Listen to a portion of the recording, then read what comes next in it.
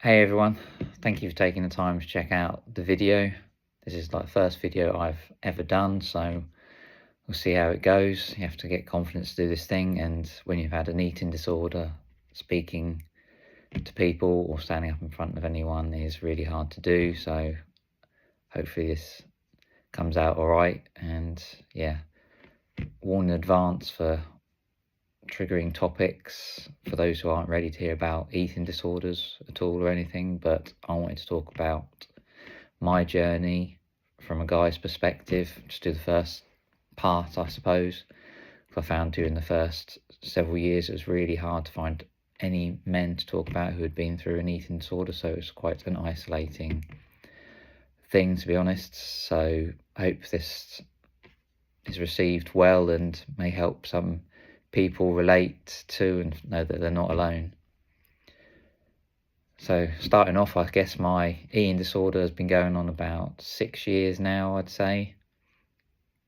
So I started about 2019. It was quite subtle at first. I think it came on due to some workplace harassment that sort of like knocked my confidence. So I had a little bit of depression from it, and I guess I unknowingly started to eat a little bit less, but nothing drastic at all. I still had plenty of energy and everything. I was still having meals, but maybe just having slightly less size, but I was still having plenty of calories, and I was snacking throughout the day as well.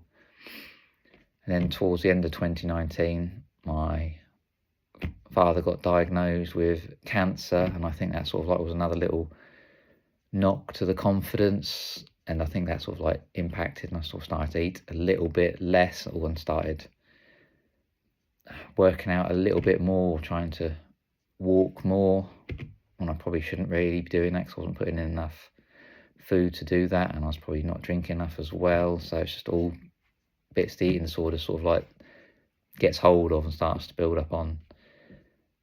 So when my marriage broke down just before COVID kicked in, so I ended up moving back home, and obviously moving back with my dad who's going through cancer, and it did end up being terminal as well. So that was all extra building up, and I think I started to over exercise to compensate during that time, and sort of like noticeably ate a little bit less, or maybe sort of didn't have breakfast until like late morning, and then so I ended up sort of moving everything back a little bit. And then my father passed at the end of October 2020 from the cancer, and I think that was just the final like click in the box that was needed for the eating disorder to sort of like fully take over. And I kind of like succumbed to it in a way. It sort of like just broke, and I just had no control, and the accepting the eating disorder gave me the control that I needed, I guess. So I pretty much started to reduce the food intake. So I started missing breakfast, and then started walking a lot, like making sure I had to hit 10,000 steps every day, no matter the weather. And I started feeling a lot more colder, as you do when you're not giving your body enough nutrients and taking care of it as you're supposed to. And yeah, and I think from there, it kind of like, I was always when I was going to the supermarket, I was always looking for the low-fat options, thinking that was the best way to sort of like adhere to my eating disorder's needs. Obviously not having any idea on nutrition at the time. Back then, it was just all about the lowest fat and the least amount of calories. So I was always making sure I bought the least calories and make sure the meals were always the smallest. And I think I was going through a phase after a while where I just ended up maybe maxing out on about 500 calories a day for 1 to 2 years going on, I'd say, maybe. And if I ended up not adhering to that and eating too much, I ended up going even less the next day to make up for the fact. If I had any treats, I'd always make sure I'd reduced any meals that day even further. So it got quite strict and rigid. So there's no treats really. It was just I had to have the least amount possible, and my weight pretty much crashed to there until it got quite dangerously low, and I had the sort of eating disorders team get involved in my case and sort of started the regular monitoring, weight checks and blood pressure, BMI, the usual thing. And I stayed with them for a while and it wasn't improving, so I ended up going into hospital for a week stay to try and get some nutrients into me and some, I would say, not regular food, but it wasn't much food. But to be honest, the food was pretty awful being there, and I was sort of like couldn't do anything, and I was sort of like on a ward just randomly with lots of people who were going through illnesses, who were dying, so it was really traumatic just being there. And after a week I got discharged, but they said we need to get you into a proper eating disorder clinic somewhere in the UK, and you can either choose that for yourself, or it may come to you being sectioned where you'd have no control over your case.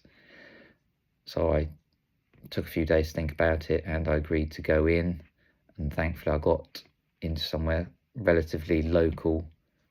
Obviously not knowing what I was going in for, I was pretty scared, to be honest.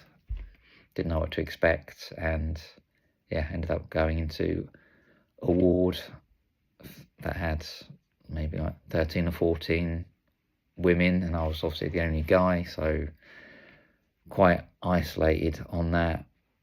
Thankfully I did build up some friendships while I was there that was helpful to get through the day and everything, because it was a 3.5 month stay in the end, and it was quite a lonely thing to go through, obviously being slowly refed, so starting off on low calories and obviously building up to where I think I was on maybe 3,000 calories when I eventually was allowed to be discharged, which I fought for because I didn't want to get to the BMI they had for their, I'd say, what you're supposed to be for your age range, which I hadn't been for years, and would really ruin my mental state. So I managed to get discharged a lot earlier.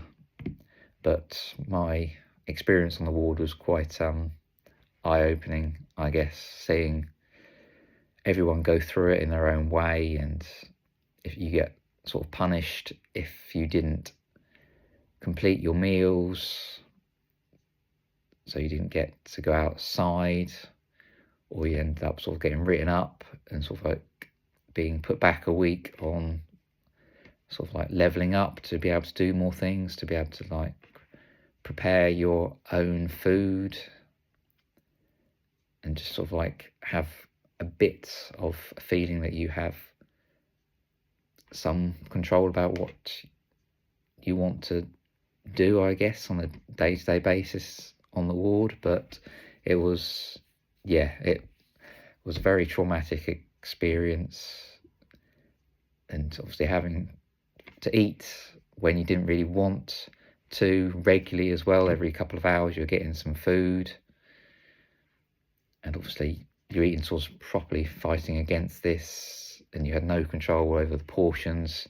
So when you get large portions dished up by some people, it was quite traumatic, and I ended up feeling more afraid of food in some respects when I came out than when I went in, because I sort of like had so much like starchy food and potato like every day, so I came out hating potatoes because it's just constant. It was crazy, but I got a little bit better thankfully from it, and obviously I managed to get out by sort of adhering and not refusing any food, because obviously that would go against me and they would want to keep me in longer, thinking that I'm not well enough, and the eating disorder still controlling my thoughts and everything.